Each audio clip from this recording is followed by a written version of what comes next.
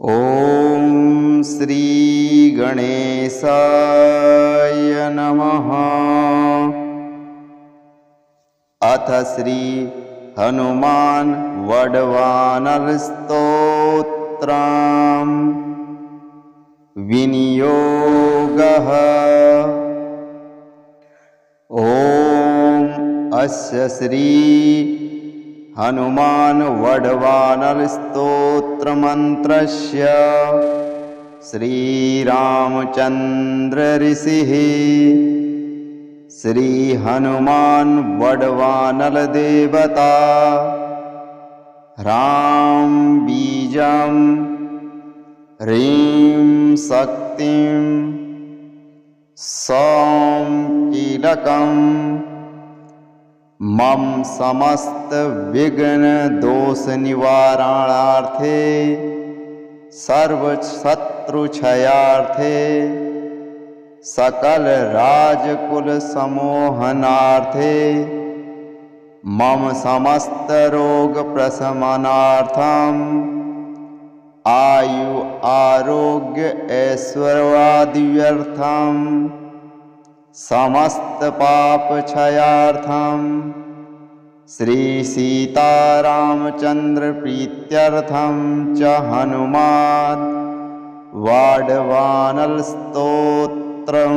जपमहं करिष्ये। ध्यानं मनोजवं मारुततुल्यवेगं जितेन्द्रियं बुद्धिमतां वरिष्ठं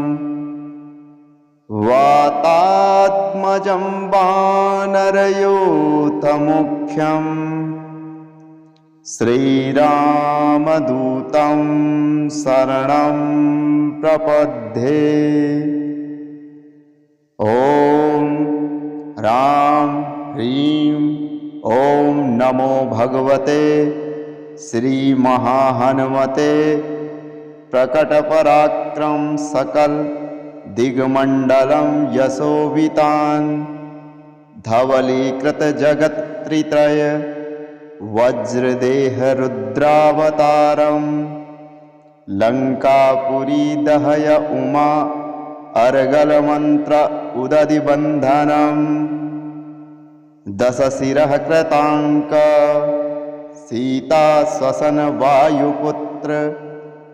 अंजनी गर्भ संभूत श्रीराम लक्ष्मणानंदकर कपिसैन्य प्रकार सुग्रीव साहर कर्ण पर्वतोत्पाटन कुमार ब्रह्मचारीन गंभीर नाद सर्व पाप ग्रहवारण सर्वजरो चट्टान डाकनी साकनी विध्वंसन। ओम राम ह्रीं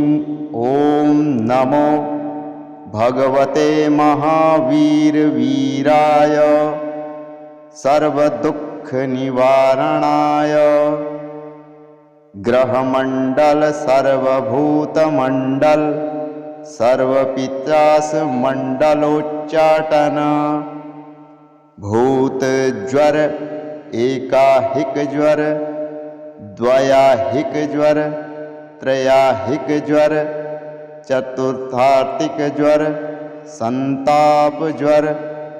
विषम ज्वर ताप ज्वर माहेश्वर वैष्णवान ज्वरान छिंदी छिंदी क्षय ब्रह्म राक्षस भूत प्रेत पिचायान उच्चाटय उच्चाटय स्वाहा। ओम ह्रां ह्रीं ओम नमो भगवते श्री महाहनुमते। ओम राम ह्रीं ह्रूं ह्रैं ह्रौं हः आं हां हां हां हां। ॐ सौं ऐहि ऐहि ॐ हं ॐ हं ॐ हं ॐ हं ॐ नमो भगवते श्रीमहाहनुमते श्रवणचक्षुर्भूतानां डाकनीनां विषमदुष्टानां सर्वं विषं हर हर आकाशभुवनं भेदय भेदय छेदय छेदय मारय मारय शोषय शोषय मोहय मोहय ज्वालाय ज्वालाय प्रहारय प्रहारय सकलमायां भेदय भेदय स्वाहा। ॐ ह्रां ह्रीं ॐ नमो भगवते महाहनुमते सर्वग्रहोच्चाटन परबलं क्षोभय क्षोभय सकलबधन मोक्षणं कुरु कुरु शिरः शूल गुल्मशूल सर्वशूला निर्मूलय निर्मूलय नागपाशानंत वासुकी तक्षक करकोटक कालियाना यक्ष कुल जगत रात्रिचर दिवाचर सर्वान्नि विषं कुरु कुरु स्वाहा। ॐ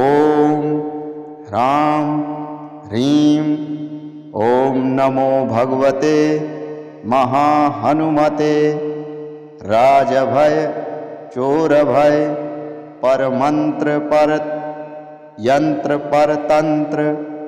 पर विद्याच्छेदय छेदय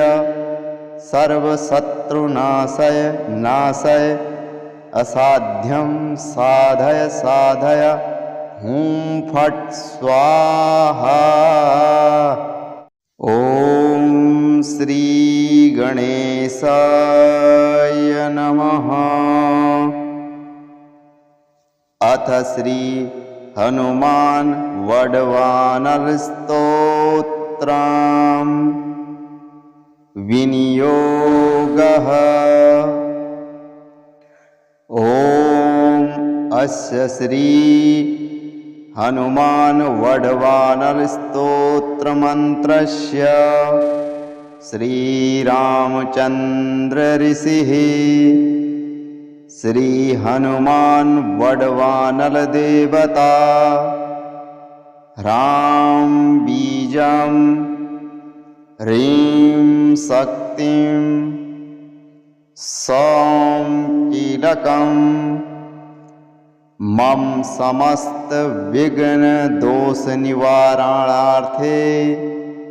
सर्व शत्रु क्षयार्थे सकल राजकुल समोहनार्थे मम समस्त रोग प्रशमनार्थम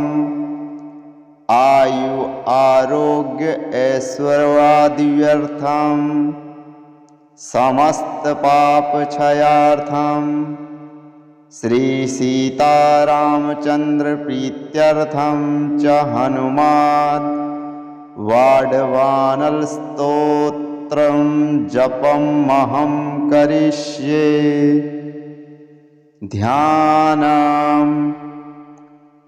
मनोजवं मारुततुल्यवेगं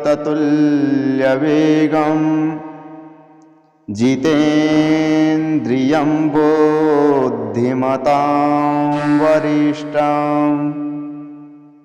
वातात्मजं वानरयूथमुख्यं श्रीरामदूतं शरणं प्रपद्ये। ॐ रां ह्रीं ॐ नमो भगवते श्रीमहाहनुमते प्रकटपराक्रम सकल दिग्मंडलं यशोवितान्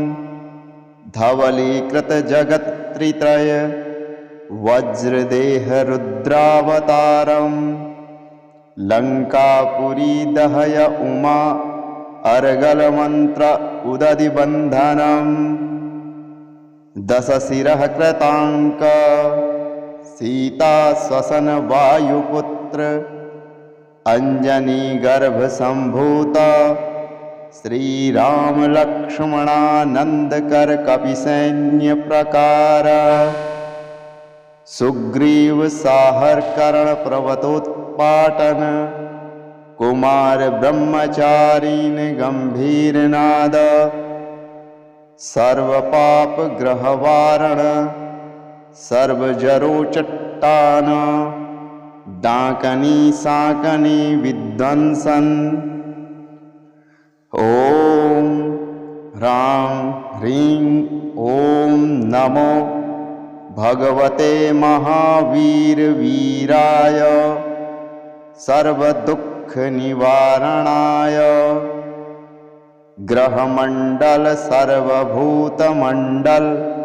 सर्वपित्रास मंडलोच्चाटन भूत ज्वर एकाहिक ज्वर द्वयाहिक ज्वर त्रयाहिक ज्वर चतुर्थार्थिक ज्वर संताप ज्वर विषम ज्वर ताप ज्वर माहेश्वर वैष्णवान ज्वरान छिंदी छिंदी क्षय ब्रह्म राक्षस भूत प्रेत पिचायान उच्चाटय उच्चाटय स्वाहा ओम ह्रां ह्रीं ओम नमो भगवते श्री महाहनुमते ओम राम ह्रीं ह्रूं ह्रैं ह्रौं हः आं हां हां हां हां ओम सौं ऐहि ऐहि ओम हम ओम हम ओम हम ओम हम ओम नमो भगवते श्री महाहनुमते श्रवण चक्षुर्भूतानां डाकनी डाकनीनां विषमदुष्टानां सर्वं विषं हर हर आकाशभुवनं भेदय भेदय छेदय छेदय मारय मारय शोषय शोषय मोहय मोहय ज्वालाय ज्वालाय प्रहारय प्रहारय सकल मायां भेदय भेदय स्वाहा ओम ह्रां ह्रीं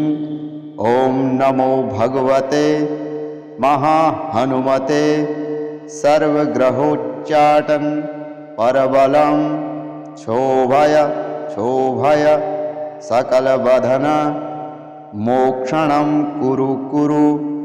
शिरः शूल गुल्मशूल सर्वशूला निर्मूलय निर्मूलय नागपाशानंत वासुकी तक्षक करकोटक कालियाना यक्ष कुल जगत रात्रिचर दिवाचर सर्वान्नि विषं कुरु कुरु स्वाहा ओम ह्रां ह्रीं ओम नमो भगवते महाहनुमते राजभय चोरभय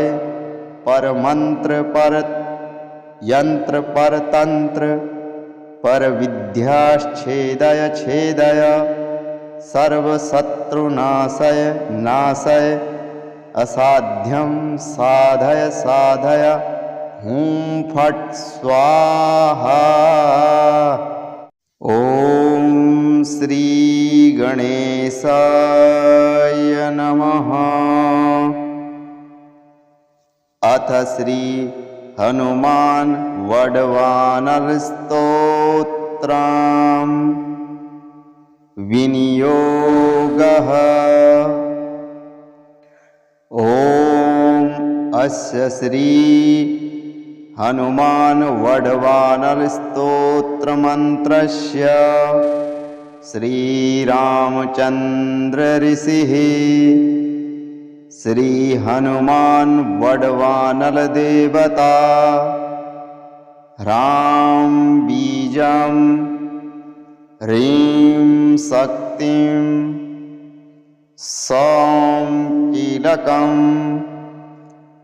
मम समस्त विघ्न दोष निवारणार्थे सर्व शत्रु क्षयार्थे सकल राजकुल समोहनार्थे मम समस्त रोग प्रशमनार्थम आयु आरोग्य ऐश्वर्यादिव्यर्थम समस्त पाप क्षयार्थम श्री सीतारामचंद्र प्रीत्यर्थम च हनुमान वाडवानर स्तोत्रं जपमहं करिष्ये। ध्यानम् मनोजवं मारुततुल्यवेगं जितेन्द्रियं बुद्धिमतां वरिष्ठं वातात्मजं वानरयूथमुख्यं श्रीरामदूतं शरणं प्रपद्ये। ॐ राम ह्रीं ॐ नमो भगवते श्री महाहनुमते प्रकटपराक्रम सकल दिग्मंडलं यशोवितान धवलीकृत जगत्त्रय वज्रदेह रुद्रावतारम लंकापुरी दहय उमा अर्गल मंत्र उदधि बंधनम दश शिरः कृतांक सीता श्वसन वायुपुत्र अंजनी गर्भ संभूत श्रीराम लक्ष्मणानंदकर कपिसैन्य प्रकार सुग्रीव साहर कर्ण पर्वतोत्पाटन कुमार ब्रह्मचारीन गंभीर नाद सर्व पाप ग्रहवारण सर्वजरो चट्टान डाकनी साकनी विध्वंसन। ओम राम ह्रीं ओम नमो भगवते महावीर वीराय सर्वदुःख निवारणाय ग्रहमंडल सर्वभूतमंडल सर्वपित्रास मंडलोच्चाटन भूत ज्वर एकाहिक ज्वर द्वयाहिक ज्वर त्रयाहिक ज्वर चतुर्थार्थिक ज्वर संताप ज्वर विषम ज्वर ताप ज्वर माहेश्वर वैष्णवान ज्वरान छिंदी छिंदी क्षय ब्रह्म राक्षस भूत प्रेत पिचायान उच्चाटय उच्चाटय स्वाहा। ओम ह्रां ह्रीं ओम नमो भगवते श्री महाहनुमते। ओम राम ह्रीं ह्रूं ह्रैं ह्रौं हः आं हां हां हां हां ॐ सौं ऐहि ऐहि ॐ हं ॐ हं ॐ हं ॐ नमो भगवते श्रीमहाहनुमते श्रवणचक्षुर्भूतानां डाकनीनां विषमदुष्टानां सर्वं विषं हर हर आकाशभुवनं भेदय भेदय छेदय छेदय मारय मारय शोषय शोषय मोहय मोहय ज्वालाय ज्वालाय प्रहारय प्रहारय सकलमायां भेदय भेदय स्वाहा। ॐ ह्रां ह्रीं ॐ नमो भगवते महाहनुमते सर्वग्रहोच्चाटन परबलं क्षोभय क्षोभय सकलबधन मोक्षणं कुरु कुरु शिरः शूल गुल्मशूल सर्वशूला निर्मूलय निर्मूलय नागपाशानंत वासुकी तक्षक करकोटक कालियाना यक्षकुल जगत रात्रिचर दिवाचर सर्वान्नि विषं कुरु कुरु स्वाहा। ॐ ह्रां ह्रीं ॐ नमो भगवते महाहनुमते राजभय चोरभय परमंत्र पर यंत्र परतंत्र पर विद्याच्छेदय छेदय सर्वशत्रुनाशय नाशय असाध्यं साधय साधय हूं फट् स्वाहा। ॐ श्री गणेशाय नमः। अथ श्री हनुमान वडवानर स्तोत्रम् विनियोगः। ॐ अस्य श्री हनुमान वडवानर स्तोत्र मंत्रस्य श्रीरामचंद्र ऋषिः श्री हनुमान वडवानर देवता ह्रां बीजं ह्रीं शक्तिं सौं कीलकं मम समस्त विघ्न दोष निवारणार्थे सर्व शत्रु क्षयार्थे सकल राजकुल समोहनार्थे मम समस्त रोग प्रशमनार्थम आयु आरोग्य ऐश्वर्यादिव्यर्थम समस्त पाप क्षयार्थम श्री सीतारामचंद्र प्रीत्यर्थम च हनुमान वाडवानर स्तोत्रं जपमहं करिष्ये। ध्यानं मनोजवं मारुततुल्यवेगं जितेन्द्रियं बुद्धिमतां वरिष्ठं वातात्मजं वानरयूथमुख्यं श्रीरामदूतं शरणं प्रपद्ये। ॐ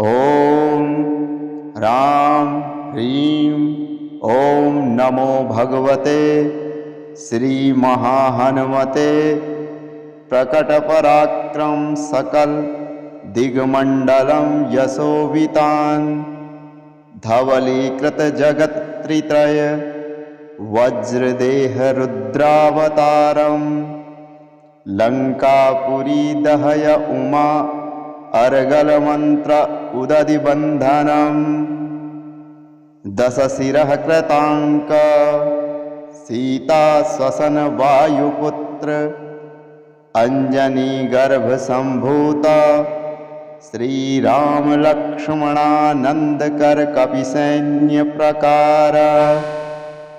सुग्रीव साहर कर्ण पर्वतोत्पाटन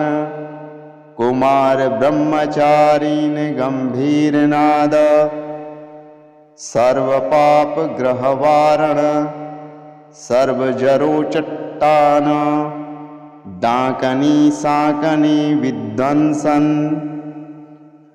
ओम ह्रां ह्रीं ओम नमो भगवते महावीर वीराय सर्वदुःख निवारणाय ग्रहमंडल सर्वभूतमंडल सर्वपित्रास मंडलोच्चाटन भूत ज्वर एकाहिक ज्वर द्वयाहिक ज्वर त्रयाहिक ज्वर चतुर्थार्थिक ज्वर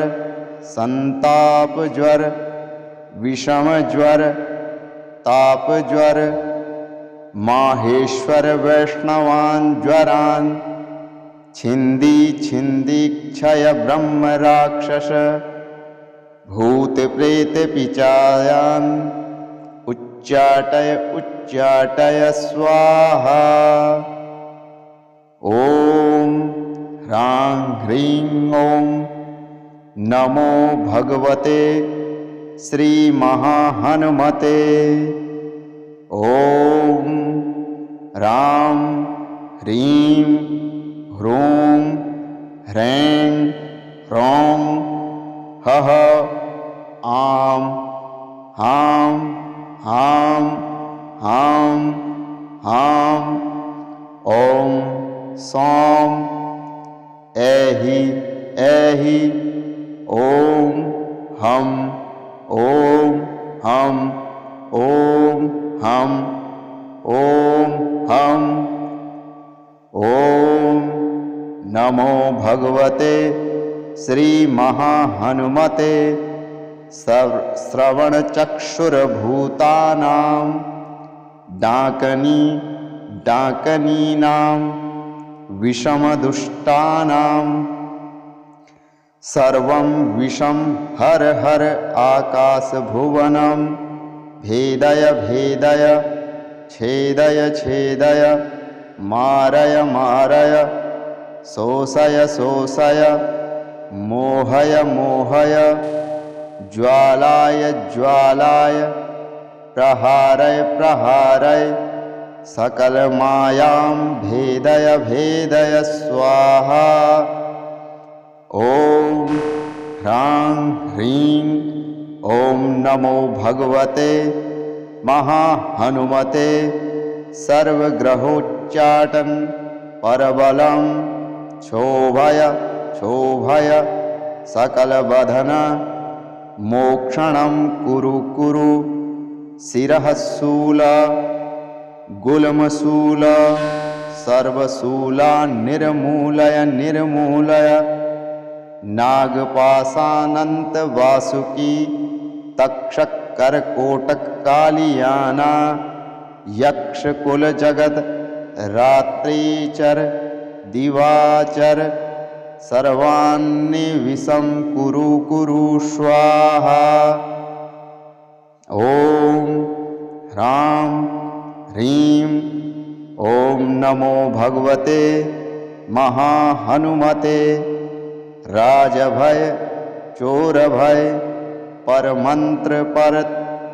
यंत्र पर तंत्र पर विद्याच्छेदय छेदय सर्वशत्रुनाशय नाशय असाध्यं साधय साधय हूं फट् स्वाहा